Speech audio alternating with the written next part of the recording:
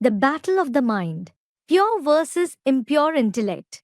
पवित्र बुद्धि में ज्ञान बैठते हैं और विजयमाला को पवित्र का है, रुद्रमाला को पवित्र है। विजयमाला को बुद्धि में ज्ञान नहीं बैठते। Student, Baba has said, knowledge sits in a pure intellect.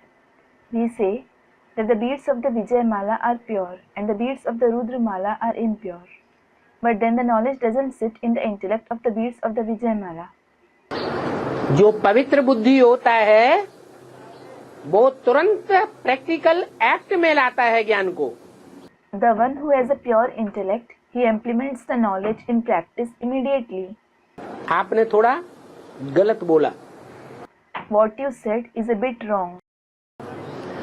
और जो अपवित्र बुद्धि होता है वो ज्ञान को बुद्धि से आलोड़न ज्यादा करता है।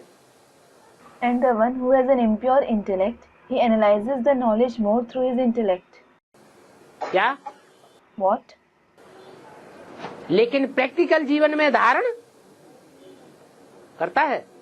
But does he assimilate it in life in practice? नहीं कर पाता है। He isn't able to do that.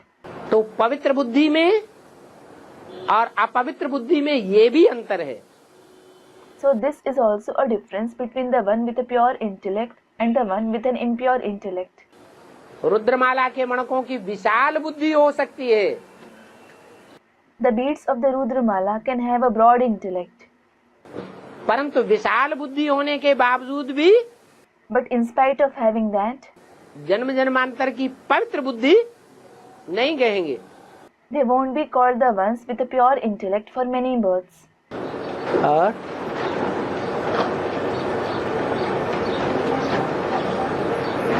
इसलिए प्रैक्टिकल पार्टी चाहिए। This is why the practical party is needed. दुनिया में सब लोग क्या चाहते हैं? What does everyone want in the world? हैं? कोई ऐसे निकले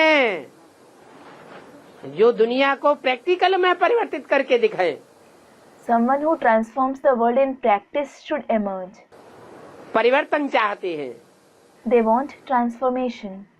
लेकिन परिवर्तन बिना प्रैक्टिकल के हो ही नहीं सकता। But transformation is impossible without implementation.